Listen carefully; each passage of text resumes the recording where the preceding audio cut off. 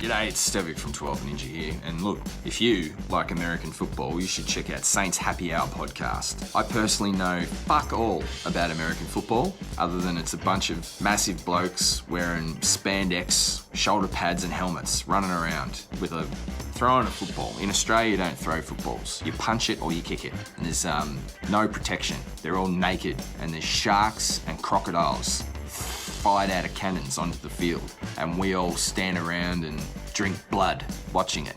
But if American football's your thing, you know what to do. Saints Happy Hour podcast. Stick it in your ear hole.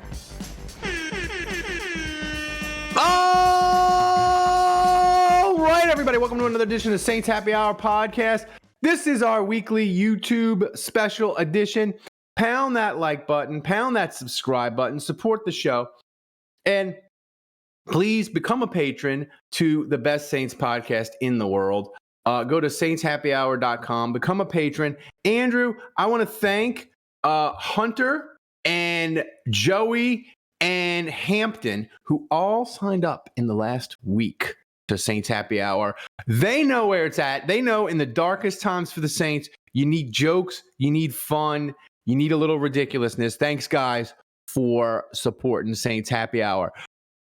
Andrew, listen, the Saints season is off the rails. It's officially in the dumpster. It's on fire after the Tampa heartbreak and agony. I get it.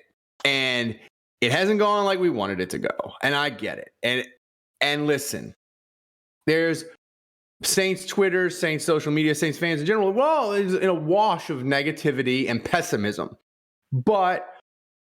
And I understand you have to be realistic and you have to say the Saints suck, and they do suck right now. But my thing is, I can't be pessimistic 100% of the time, because if I'm pessimistic 100% of the time, every bad thing that happens to the Saints, I experience it twice. Because the first time I experience it is when I expect it to happen, and then I live it again when it actually happens.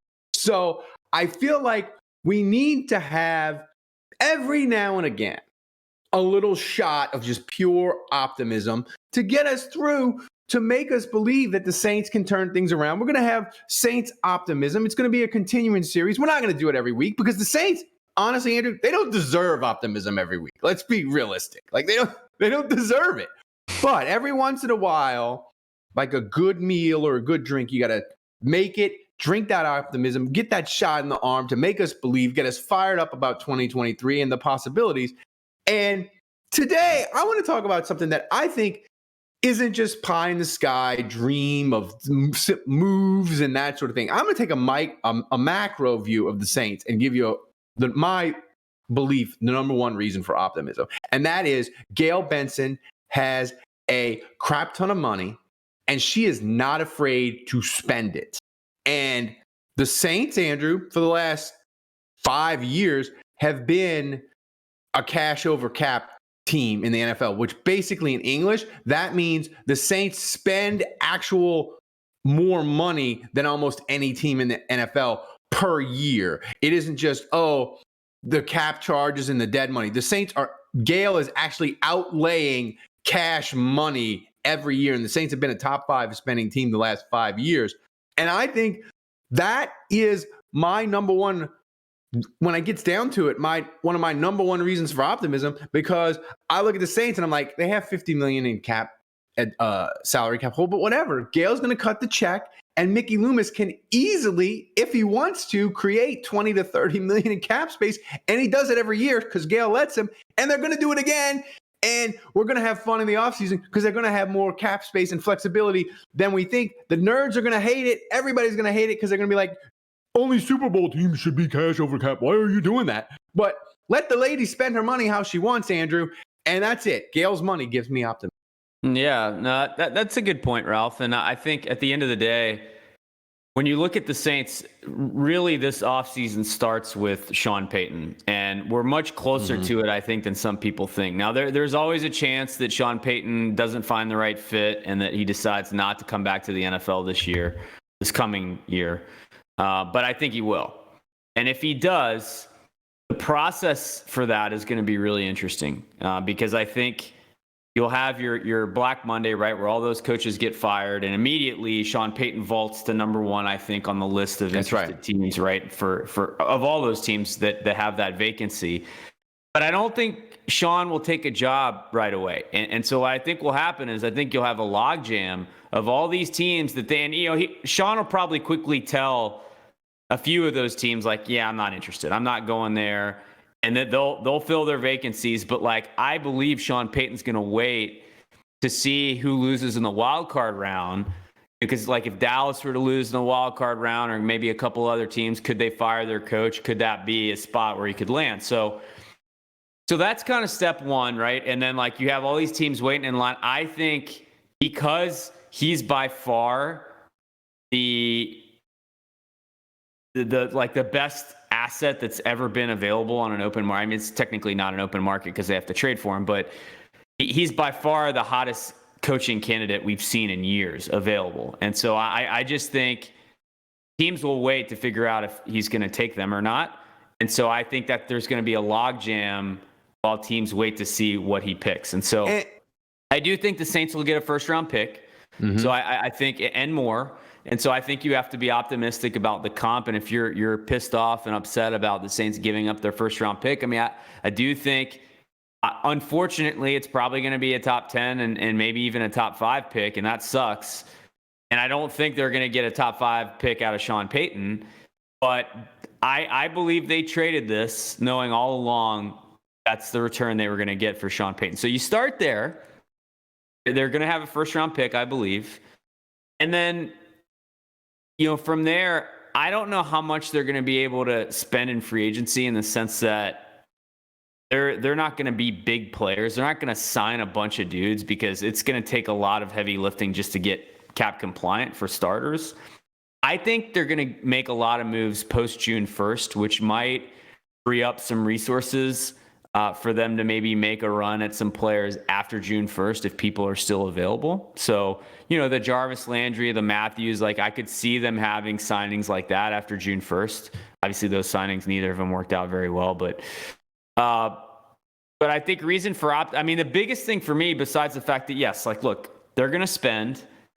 They were willing to spend and get Deshaun Watson last year. So, like, that hasn't changed. They still need a quarterback, and they're still willing to spend to get one. So I absolutely think that's accurate and could happen. And people forget, look, put the should they have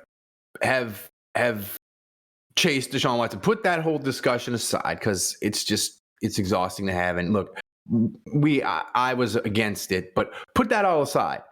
There was a distinct moment on that Thursday, the day before he decided to go to Cleveland, where the Saints did all the moves to clear up, what was it, like $35 million in cap space, right? And there was a sense, and I'm not going to play the sources card or whatever because he ended up going to Cleveland, but there was momentum from people that you talked to and I talked to that, like, the Saints felt like on that Thursday, it was going to happen. There was a window of time where the Saints were like, we got this done. Like, we feel really good about it. Cleveland, of course, swooped in, did the ridiculousness, and it didn't happen. But that just goes at different parts in that process. I think Deshaun Watson would have told you, I thought I was going to New Orleans. I thought I was going to Atlanta. Yeah. And then he ended up in Cleveland. So, I think at one point, I think they were the front runner. But, the last thing I'll say is I think Tom Brady's not coming back to Tampa. We can talk about whether he retires or goes to a different team, but I don't see him returning to the Tampa Bay Bucks. I could be wrong about that. But if we believe that to be true, that Tom Brady's not coming back to the Bucks, that Todd Bowles is basically Dennis Allen, in that he has sucked the other places he's been. He's sucked so far in Tampa. So Dennis Allen and Todd Bowles kind of on an even playing field. I haven't really seen a ton from Arthur Smith yet. Desmond Ridder, we'll see how he does. It looks like he's going to start against the Saints when they play against the Falcons in the Superdome. So we'll get our first look at Desmond Ridder, but we'll see how he looks. Carolina, I have no idea who their quarterback and who their coach is going to be next year. That's wide open. But at least as we sit here today, on December 8th, 2022, none of these teams have a quarterback that I see clearly, and none of these teams have a coach that I see clearly are long-term fits. So I would put the Saints at the bottom of the list of these 4 teams right now, but they're all 4 so bad, and the future is so uncertain for all 4 of them. That's right. That I'm kind of like, it's not going to take much for the Saints to hit on a couple moves and vault themselves back to being the best team in the division. Yeah. And I want to say this for Gail. Listen, I'm wearing a Pelicans shirt today, and we're not a Pelicans podcast. We're a Saints podcast. But I think the Pelicans, how they're doing, is instructive. Because if you go to the NBA standings, Andrew, the number 1 team in the Western Conference is the freaking Pelicans.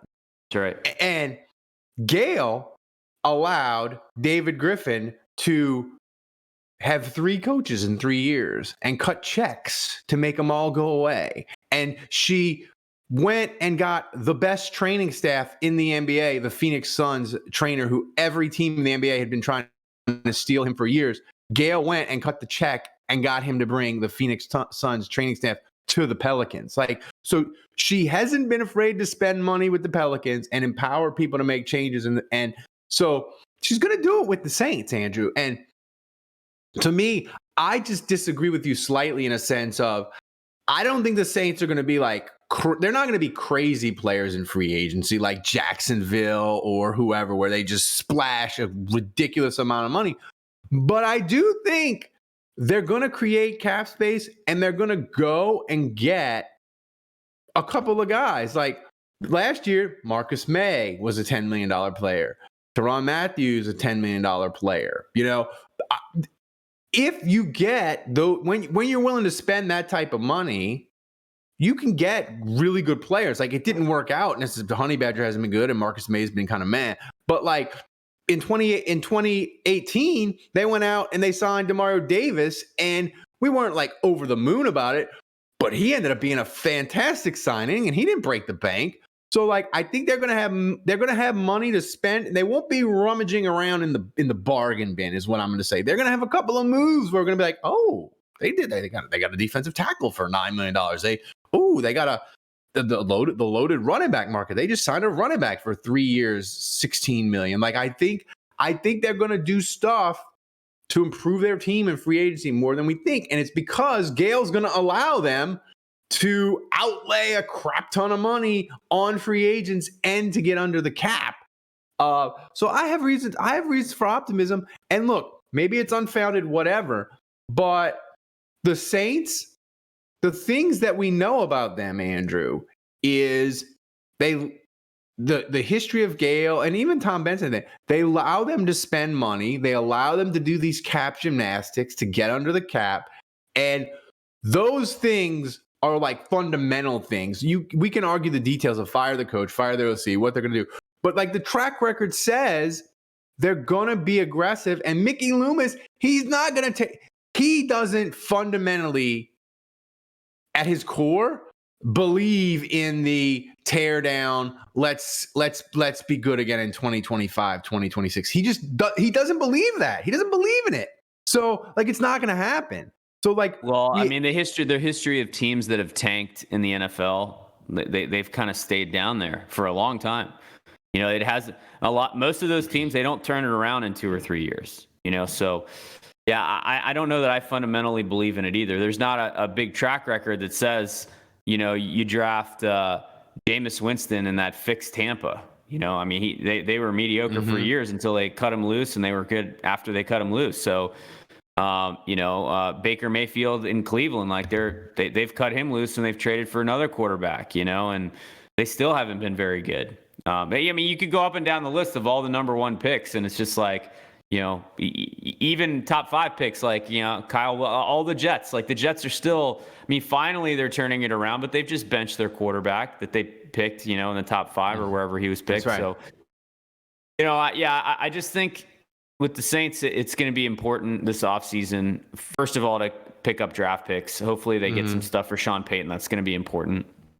And look, I think We can debate whether they've been good at drafting or not. I tend to think they have been. I think they've been better than average over the last 5 years. Certainly that 2017 draft class was ridiculous. But I think since then they've made good picks.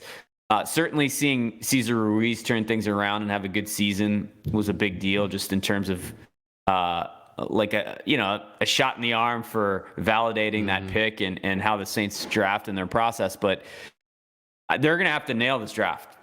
Yeah. I feel like this year maybe more than ever, because we're talking about the worst team they've had in 16 years is what this team is. It's so, I mean, on record, on paper, if you just purely look at wins and losses, this is the worst team they've had since 2005. And that's just a fact. And so I think to rebound from that quickly, and we saw this in 2006, how you go from worst to first, how you go from awful to good is you get guys in your building like Marcus Colston and Roman Harper and Reggie Bush and Zach Strief, like Jari Evans. You have a draft class like that, and you're worst to first, just like that. It can flip your fortunes in one season. Saints went from 7-9. They added Lattimore, they added Kamara, boom, and Marcus Williams. Great draft class. Boom. They went from 7-9 to what were they the next year? 13-5. 11-5. So yeah. So yeah. I just think like they can turn this around with a historic draft class. And I think, look, Jeff Ireland, I don't even know if he's going to stay because he may get a GM job. He may go with Sean Payton wherever he goes. But if they can hang on to Jeff Ireland, this is maybe the most important draft for him yet. Yeah, so we'll see. So listen, that's all we want to do, people. We're Saints fans. You're going to watch the games. You're going to follow them. And I know it sucks. Like the Tampa, it's Thursday. I'm still not over Tampa. Really, I'm not. But like we have to be optimistic because we're going to watch this team. We're going to follow. We care about it. So we want to have hope. And let me tell you, this is the reason why you need to subscribe to Saints Happy Hour, become a patron, is I'm telling you, starting on Black Monday, things with the Saints are going to happen fast and furious. On the coaching staff, probably not with Dennis Allen getting fired, but they're going to do things on that coaching staff at the very least. The Sean Payton sweepstakes, like Andrew just said, and we're going to cover it all for our patrons. And you want to be in the know, and you might not be as plugged into the Saints if you have been over the last couple of years because they're losing this year and it stinks. And maybe you stumbled on this podcast and you're like, whatever. But I'm going to tell you, as soon as that tweet hits that, Sean Payton's going to the Chargers and the Saints are getting a first and a third, your Saints hope and your optimism and your craving for Saints content is going to go right back. And we are going to be there and we're going to be first with breaking news, and patrons will get it. Boom. And that's why you want to be a Saints Happy Hour patron. So go to saintshappyhour.com, sign up, become a patron, get the swag, get in our Discord. It's amazing. Best Saints community ever, anywhere. Thanks to Thomas for running the show back in Poland. As always, doing a great job. Thanks to Andrew for joining me. Guys, we will see you on the big show Sunday or Monday night on the live stream.